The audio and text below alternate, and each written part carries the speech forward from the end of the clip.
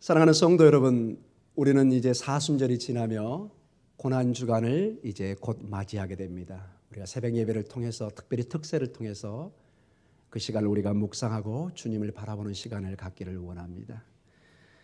특별히 이렇게 금요 비전으로 오신 여러분들은 특별한 신앙을 가지신 분들이 많이 계십니다. 때로는 지치고 상한 심령이 있지만 주님 앞에 나와서 이 기도의 시간을 사모하고 하나님 앞에 나아가는 그 모습들, 참으로 도전이 되는 모습입니다. 많은 사람들이 이 시간에 분주한 가운데 때로는 또 집에서 쉬고 싶은, 때로는 우리 육신의 연약함 때문에 쉬어야 되는 순간도 있습니다. 그건 아무도 부인할 수가 없습니다.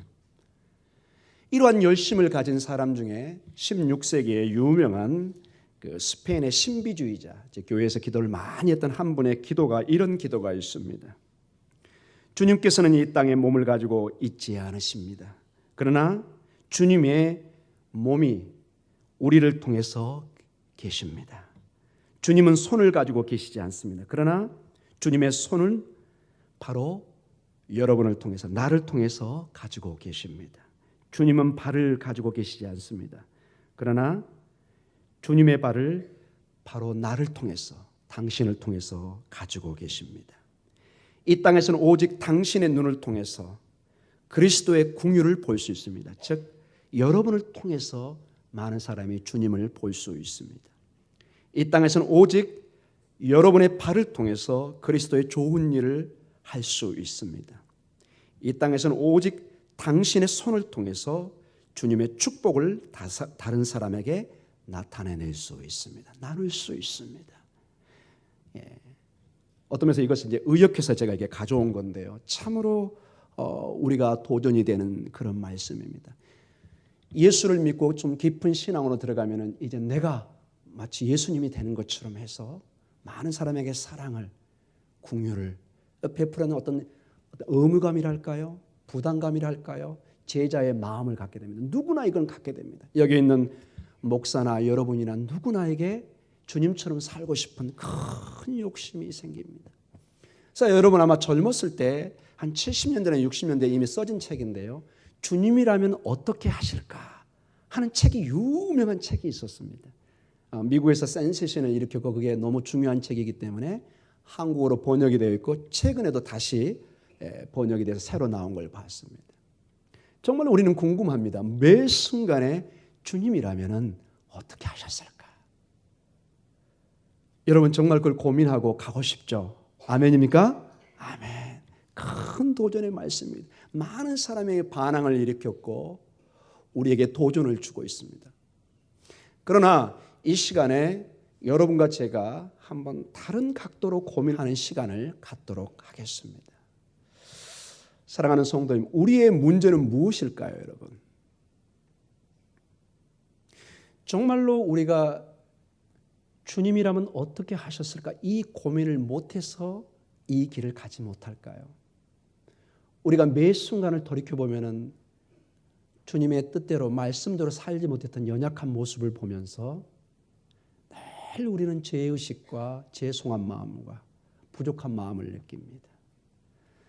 깊은 내면에서 여러분, 저와 여러분에게 도전을 돌리겠습니다. 혹시 이런 생각을 해보지 않으셨습니까? 과연 내가 주님처럼 살 수 있을까요? 우리 집사님, 우리 장로님, 우리 권사님, 뒤에 있는 우리 교육자 여러분, 저도 여기 설교를 하고 이 말씀을 준비하고 하는데 과연 나는 예수님의 제자로서 예수님처럼 살 수 있을까요? 많은 교회에서 이게 가능하다고 얘기합니다. 저는 믿고 그렇게 강조를 하고 있습니다. 저도 성경의 많은 부분에 제자의 삶을 강조하고 제자로의 삶을 강력히 요구하고 있습니다. 상당 부분의 성경이 강조하는 부분입니다. 그러나 엄밀한 냉철한 현실 속에서, 우리의 삶 속에서 내가 주님처럼 살 수 없다는 엄연한 현실에 직면하고 있습니다.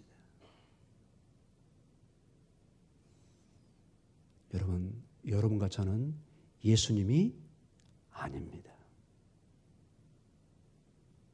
주의 성령에 임해서 주의 놀란 생명이 우리에게 임해 있지만은 엄연한 현실은 나는, 여러분은 메시아가 아닙니다. 여기에 이제 엄청난 영적인 딜레마가 있습니다.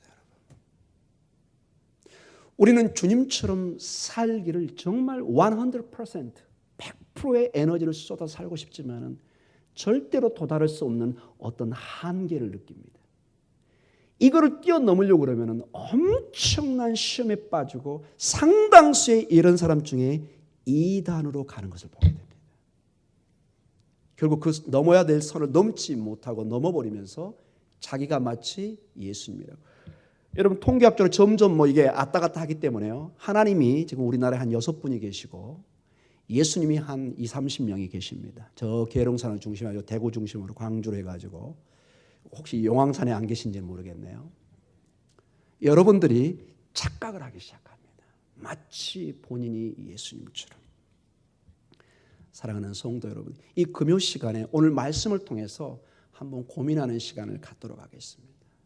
정말 우리는 어떻게 주님의 자녀로 살아갈 수 있을까요? 우리가 예수님도 아니고 하나님도 아니고 메시아도 아니고, 그러나 하나님의 자녀로서 우리는 또 살아야 될 책임과 의무가 있습니다. 어떻게 해야 될까요, 여러분? 어떻게 이 방법을 찾아갈 수 있을까요? 우리는 때로는 고린도후서 4장 10절을 통해서 엄청난 도전을 받기도 합니다. 고린도후서 4장 10절 같이 읽겠습니다. 시작. 우리가 항상 예수의 죽음을 몸에 짊어지면 예수의 생명이 또한 우리 몸에 나타나게 하려 함이라. 이건 여러분 고린도후서에 사도 바울이 주셨던 정말로 은혜스러운 말씀입니다. 정말 그리스도의 성령이 충만히 임해서 그분의 죽으심이 내 몸에 충만히 임하고 예수의 생명이 또한 우리 몸에 어떻게 하죠? 나타내게 해야 됩니다. 아멘. 아멘입니다. 그런데 이 생명을 너무나 우리가 잘 나타내기가 쉽지가 않다는 것입니다. 여러분 이 편지를 썼던 고린도 교회가 얼마나 문제가 많은지 여러분 이제 앞으로 제가 강의 설교하면 깜짝 놀라실 것입니다. 이 큰 갭이 있습니다, 여러분. 정말 그리스도의 생명이 이제 다음 주는 우리가 특세를 통해서 그분의 그 고난과 십자가의 길을 우리가 묵상하면서 매 아침을 우리가 가기를 원합니다. 같이 그 십자가를 치고 가기를 원합니다. 정말 부름받아 나서니 아골골짜기 어디로 가고 싶은 고백은 하지만은 현실적으로 되지 않은 이 모습. 고린도후서 4장 10절처럼 예수의 죽음이 내 몸에 충만히 임해서 그 생명이 내 안에서 이렇게 충만히 나타나는 것을 우리가 꿈꾸고 있지만은 우리의 모습에는 많은 다른 면을 볼 때 여기에 회유와 또 심하게는 신앙의 교회를 떠나는 분도 계십니다. 나는 희망이 없나 보다. 나는 이렇게 믿어가지고 어떻게 예수를 믿는다고 말할 수 있을까? 그래서 많은 분들이 때로는 보이지 않게 교회에서 이 문제 때문에 믿음으로 시험받는 경우가 있습니다.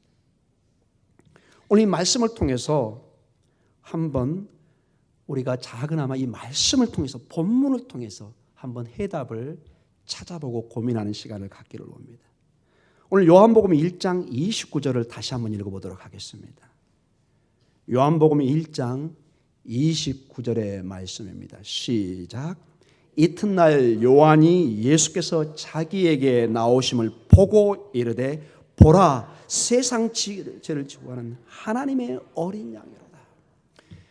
자, 사복음서에 특별히 제가 오늘 요한복음을 가져왔고 이 요한복음서의 특징 중에 중요한 것이 다른 내용이 많지 않습니다. 마태나 마가나 누가복음처럼 예수님의 탄생 기사도 없고 바로 요한은 예수 그리스도가 하나님이신 것을, 하나님의 아들이신 것을, 메시아인 것을 바로 증거하면서 나아가면서 그 핵심 인물의 세례 요한이라는 인물을 전면에 부각시킵니다. 누구요?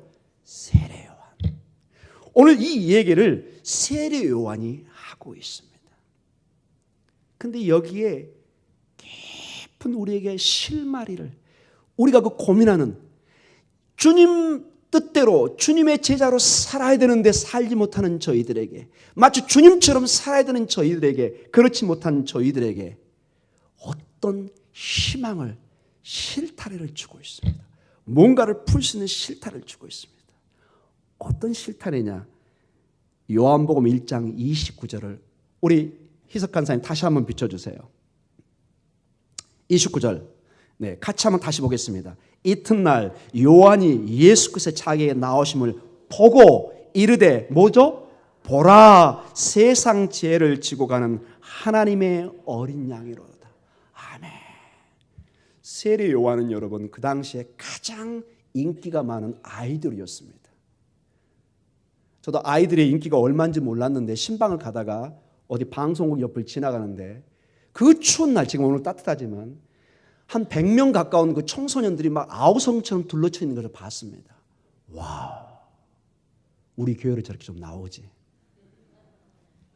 그 추운 날, 그 아이돌 만나려고 그 젊은, 우리 여기 하영이보다는 훨씬 어리겠네. 하영이는 이미 이제 아가씨니까 훨씬 어린데 아마 중학생, 고등학생. 걔들이 그냥 쫙 서서 뭐 편말 세우고 뭐 이렇게 하면서 막 깜짝 놀랐습니다. 그들의 그 어린 마음을 뛰게 하는 힘이 어디에 있을까? 정말 목사로서 엄청난 회개와 도전이 됐습니다.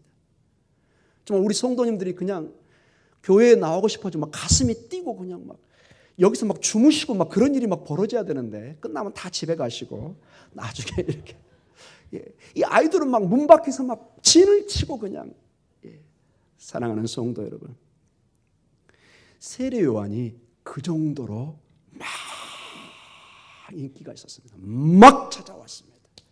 그 당시 예수님은 약간 뒤에 처져 있었습니다.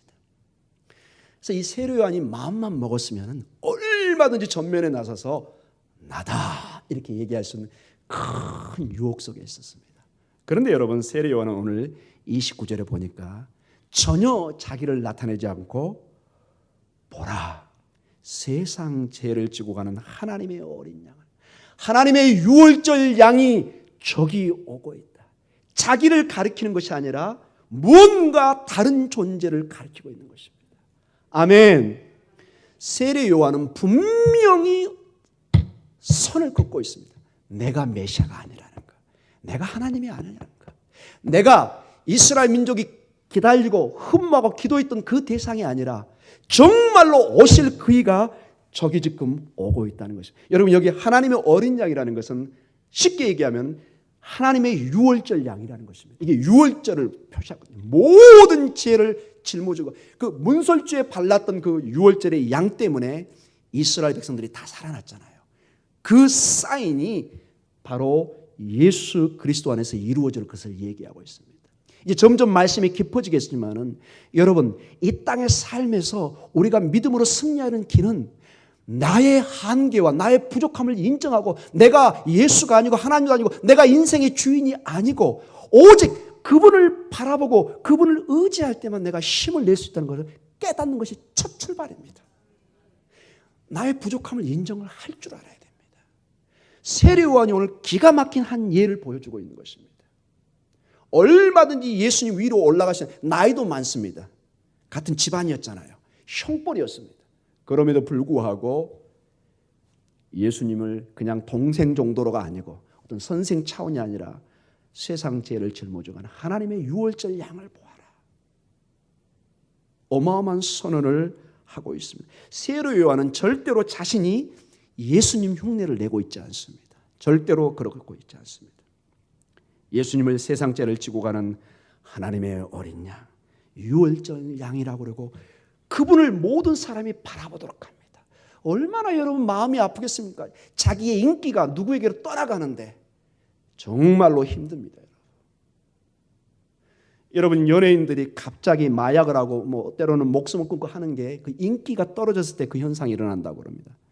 저는 직접 그 연예인의 간증을 들어봤는데 그 인기가 떠났을 때 그 공허함이나 그 마음은 이루 표현할 수가 없답니다.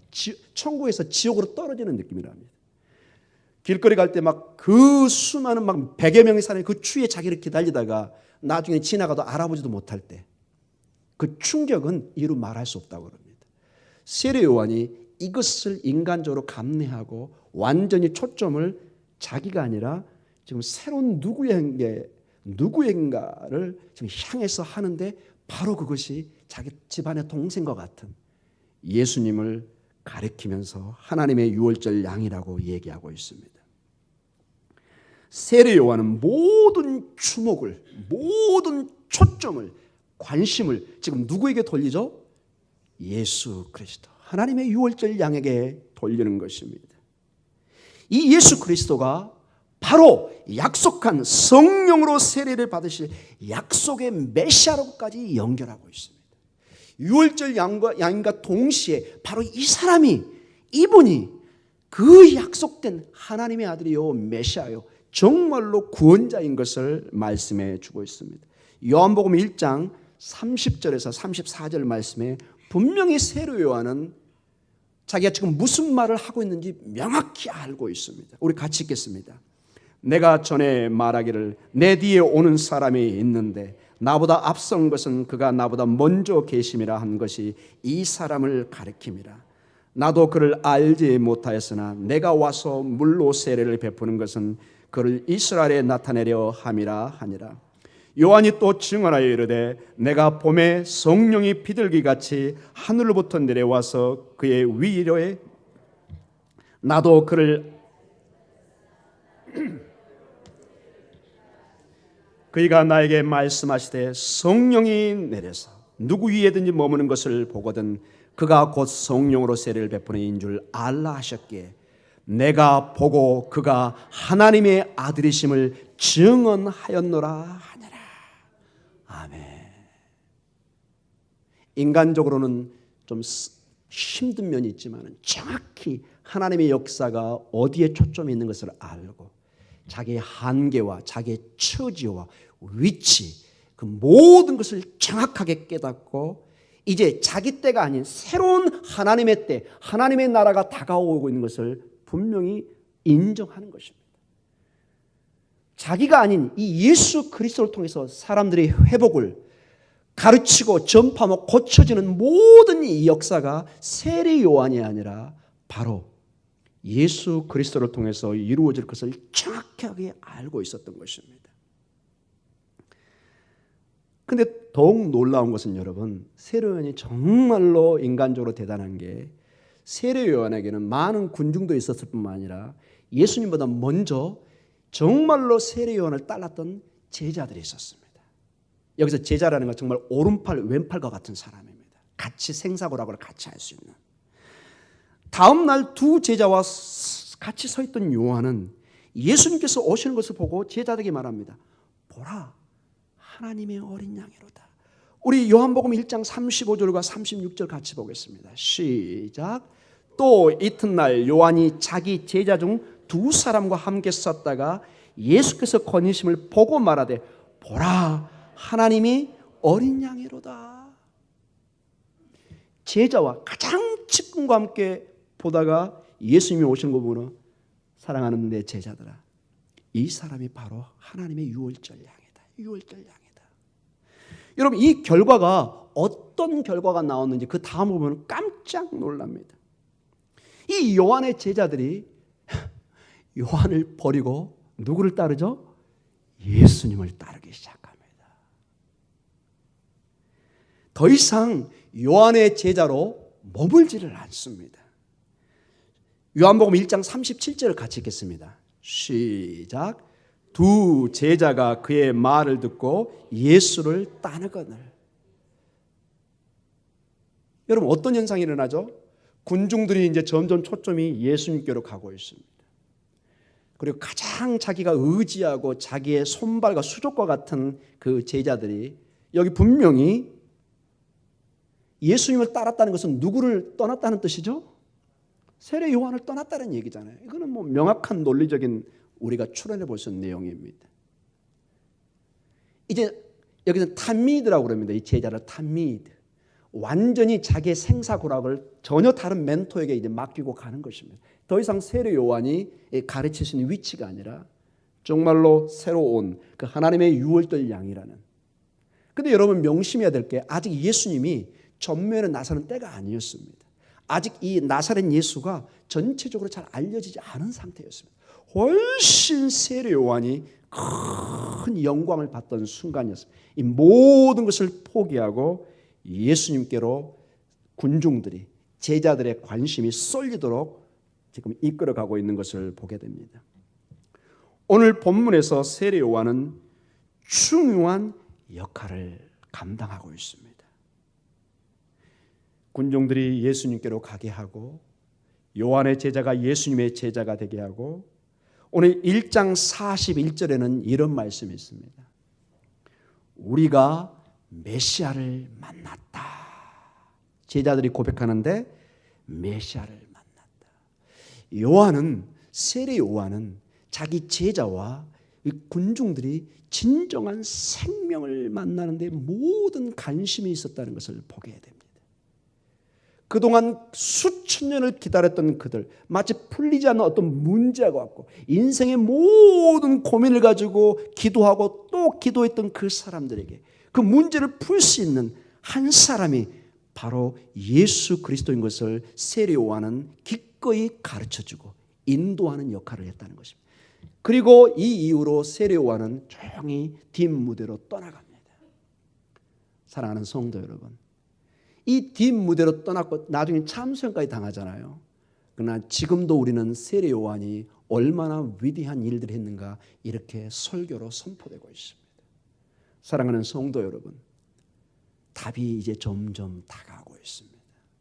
이 땅의 삶에 우리의 해답은 내가 주인이 된다든지 내가 예수님처럼 사는 것이 아니라 내가 예수님께로 가는 것입니다. 내가 예수님을 바라보는 것입니다. 예수님이 나를 이끌도록 만들어가야 되지, 이 얘기는 여러분 예수님처럼 제자가 되라는 그 얘기를 절대 부인하는 것이 아닙니다. 저는 100% 그걸 찬성합니다. 그러나 항상 우리 마음에 내가 예수님처럼 살 수 있다는 그 믿음과 동시에 나는 한순간도 예수님의 도움이 없이는 이 길을 갈 수 없다는 것을 인정하고 가야 된다는 것입니다. 이 선을 넘어가 버리면은 계룡산 저기 이상한 산에 가서 이상한 말을 하고 있는 사람처럼 될 수가 있습니다. 그는 예수님이 어떤 분이신가를 증거하기 시작합니다. 사랑하는 성도 여러분, 우리는 이 본문과 세례 요한의 사역을 통해서 중요한 것을 볼 수 있습니다. 우리는 주님의 마음을 본받기를 힘써야 합니다. 주님의 일들을 감당하기를 노력해야 합니다. 그래서 이 상황에서 주님은 어떻게 하셨을까 하는 고민을 반드시 해야 됩니다. 그러나 동시에 우리는 이러한 고백도 해야 됩니다. 나는 예수님의 제자입니다. 그러나 나는 예수님이 아닙니다. 아멘. 나는 예수님의 제자이지 내가 예수님이 아니라는 것입니다. 나는 온전한 인간입니다. 나는 하나님이 지어준 온전한 인간입니다. 그러나 나는 온전한 신적인 존재는 아니라는 것입니다. 가끔 어떤 목사님이나 어떤 신비가들 보면은 마치 본인이 하나님처럼 행동하는 사람을 볼 때 굉장히 우려의 마음이 있습니다. 여러분도 알고 저도 알고 그 어떤 인간도 절대로 신적인 존재로 될 수가 없습니다. 24시간 기도를 하고 하늘의 계시를 받아도 절대로 불가능합니다. 여러분, 사도 바울은 3층청, 7층청을 보고 왔던 사람입니다. 그 신비의 영역과 손을 이 손수건만 올려도 병이 떠나가는 놀라운 역사를 가진 사람이었습니다. 그런데 사도 바울은 대부분의 삶에 이것을 자랑하지 않습니다. 때로는 그것을 배설문처럼 여기고 오직 자기를 낮추고 예수 그리스도만을 높입니다. 너무나 놀라운 모습을 보여주고 있습니다. 제가 거듭 얘기하지만은 제가 병을 고치는 것이 아닙니다. 제가 어떤 축복을 주는 존재도 아닙니다. 오직 하나님의 통로일 뿐입니다. 이게 모세의 길이었고 바로 선지자들의 길이었고 다윗의 길이었고 항상 하나님이 어떻게 연약한 나를 들어서 쓰셨는가, 어떻게 의인 될 수 있었던가, 그것은 하나님의 은혜였던 것을 보게 됩니다. 그래서 우리는 가끔씩 주님이라면 어떻게 하셨을까라는 생각을 하는 자체가 나에게 합당한 생각이 아니라는 것을 느끼는 것을 여러분 잘못된 생각으로 생각하지 마십시오. 정당한 나 자신의 겸손의 표현이라는 거예요. 왜냐하면 나는 예수 그리스도가 아니기 때문에 나는 여전히 고민이 있고 아픔이 있고 쓰라림이 있고 넘어짐이 있고 늘 주님 앞에 죄송한 마음을 가지고 사는 것입니다. 나의 연약함을 보기 때문에 그래서 온전한 주님을 붙들 수 있는 다시 한번 믿음과 간절한 마음을 갖게 되는 것입니다. 내가 너무 모든 걸 다 할 수 있다면 어떤 면에서는 극단적으로 우리는 예수님 대신에 내가 서 있을 수 있는 그런 것을 보게 됩니다. 우리는 주님의 마음과 삶을 본받고 살아가는 신앙생활을 무시하거나 잘못됐다고 이야기하는 것은 절대로 아닙니다. 그러나 우리가 주님처럼 우리 인생의 주인이 되어서 어떤 일을 해갈 때 우리는 무언가 성경의 가르침과 어긋나고 있음을 직시하기도 합니다. 우리는 그저 우리의 모든 일들을 하나님의 은혜로, 주님의 은혜로 이루어졌다는 것을 겸손히 고백하며 오늘도 주님을, 우리 주 예수 그리스도를 바라보는 것을 쉬지 않고 나아가야 될 줄 믿습니다. 사랑하는 성도 여러분, 이제 한 예를 들고 제가 이제 기도 시간으로 가도록 하겠습니다. 여러분, 저처럼 이렇게 목사가 되는 사람은 학교에서 목회학 석사를 반드시 받아야 됩니다. 이게 정상적인 코스의 한 과정입니다. 이 과정을 밟지 못하면 이 교회에 목사로서 올 수가 없습니다. 근데 이게 우리말로는 목회학 석사인데 영어 표현으로 Master of Divinity라고 씁니다. Master of Divinity. 그래서 MDiv 과정이라고 그럽니다. MDiv. 외국에서는 이거를 Master of Divinity, MDiv 과정이라고 해서 목회학 석사입니다. 우리말로. 근데 참으로 재밌는 게 이 말을 풀어보면 어떤 줄 아세요, 여러분? Master, 뭐죠? 주인 또는 뭔가를 완성했다. 이런 뜻을 가지고 있습니다. I'm the master. 내가 여기 주인이라는 뜻입니다. Divinity라는 말이 신성, 신의 의미를 가지고 있습니다. 마치 이걸 그대로 문자적으로 해석하면은 어떤 신성의 내가 주인이 되어버리는 것입니다. 그래서 많은 목사님들이 이 목회학 석사를 하고 목사가 되면 마치 본인이 하나님처럼 예수님처럼 교회에서 군림하고 행동할 때가 있습니다. 아마도 그런 학위를 받아서 그런 착각을 하고 있는지도 모르겠습니다. 이건 저에게 큰 쓴소리를 하고 있는 것입니다. 왜냐? 이 교회에서 가장 위험한 사람이 담임 목사입니다. 가장 위험한 사람이. 왜냐? 가장 귀하면서도 위험한 하나님의 말씀을 가지고 있기 때문에 마치 칼을 들고 있습니다. 이 칼을 잘 쓰면은 너무나 유용하게 쓸 수 있지만 이거 잘못 쓰면은 많은 사람을 다치게 할 수도 있는 것입니다. 여기에 목사가 마치 이 Master of Divinity, 목회학 석사를 마치 신이 주신 어떤 권위로 생각해 가지고 성도들을 함부로 한다든지 마음대로 말씀을 전한다든지 예수 그리스도는 온데가 높고 자기만 주로 쭉 올라가는, 바라기는 누구누구 목사 때문에 교회 간다 이 말은 나와서는 안 됩니다. 우리 주님 때문에 교회 간다는 말이 나와야지 누구누구 목사 때문에 그 교회로 몰려든다. 굉장히 위험한 교회입니다. 그건 근본적으로 성경에 맞지 않은 것입니다. 우리는 주님을 보러 가는 거지 누구 사람을 보러 가는 것이 아닌 것을 여러분 알고 계실 겁니다. 그래서 Master of Divinity는 반드시 뒤에 이런 단어를 써야 됩니다. By the grace of the God. 하나님의 은혜로. 하나님의 은혜로 목사가 된 겁니다, 여러분. 하나님의 은혜로 이 길을 가고 있는 것입니다. 이 설교를 해야 제가 함부로 행동할 수 없으니까 아예 못을 받고 지금 가고 있는 것입니다. 여기에 담임 목사가 특별히 초심을 잃지 않고 늘 하나님 앞에 엎드려서 마치 세례 요한처럼, 세례 요한은 세해지고 누구만 흥하면 되죠? 예수님만 흥하는 역사. 이게 되면 우리 교회는 하나님 앞에 분명히 칭찬받는 교회가 될 줄 믿습니다. 가장 먼저 목사가 잘하면 되는 것입니다. 엄마 아빠가 잘하면 집안은 잘 되게 되어 있습니다. 아멘이 크게 나오네요. 사랑하는 성도 여러분, 우리 모두는 주님을 바라볼 때 해답이 있습니다. 서두에 제가 말씀을 했습니다. 우리가 이 땅에 살면서 많은 바로 살고 싶은, 정말 주님의 십자가의 고난과 정말 일주일 내내 금식하고 싶은 마음도 있습니다. 그러나 현실의 삶에 우리가 그게 힘든 것도 압니다.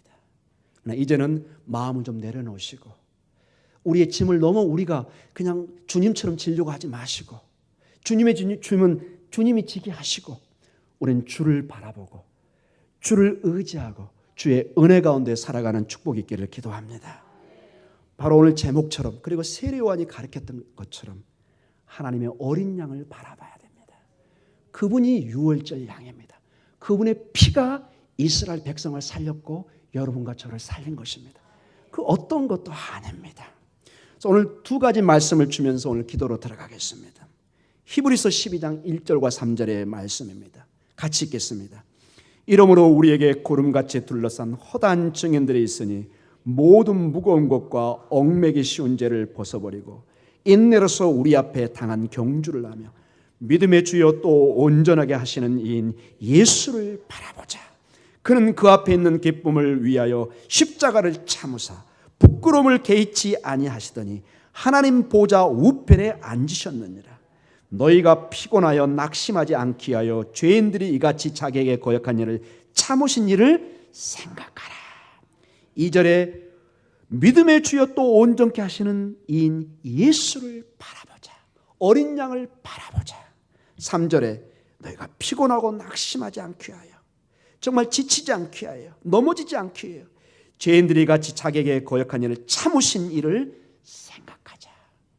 이러한 가운데 우리가 나아가면서 마태복음 11장 28절에서 30절, 늘 제가 힘들 때 묵상하는 말씀 중에 하나입니다. 같이 읽겠습니다. 수고하고 무거운 짐진 자들아 다 내게로 오라. 내가 너희를 쉬게 하리라. 나는 마음이 온유하고 겸손하니 나의 멍에를 메고 내게 배우라. 그리하면 너희 마음이 쉼을 얻으리니 이는 내 멍에는 쉽고 내 짐은 가벼움이나 하시니라. 아멘. 이제 여러분, 내 멍에가 내가 지는 것이 아니라는 게 확실합니다.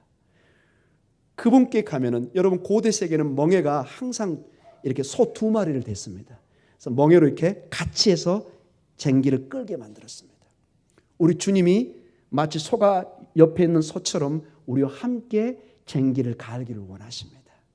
근데 놀랍게도 이 옆에 있는 소, 우리 예수님은 훨씬 힘이 세십니다. 우리에게 격려를 주고 사랑하는 아들아 딸아 힘내자. 이 쟁기를 갈 때 내가 힘을 주마.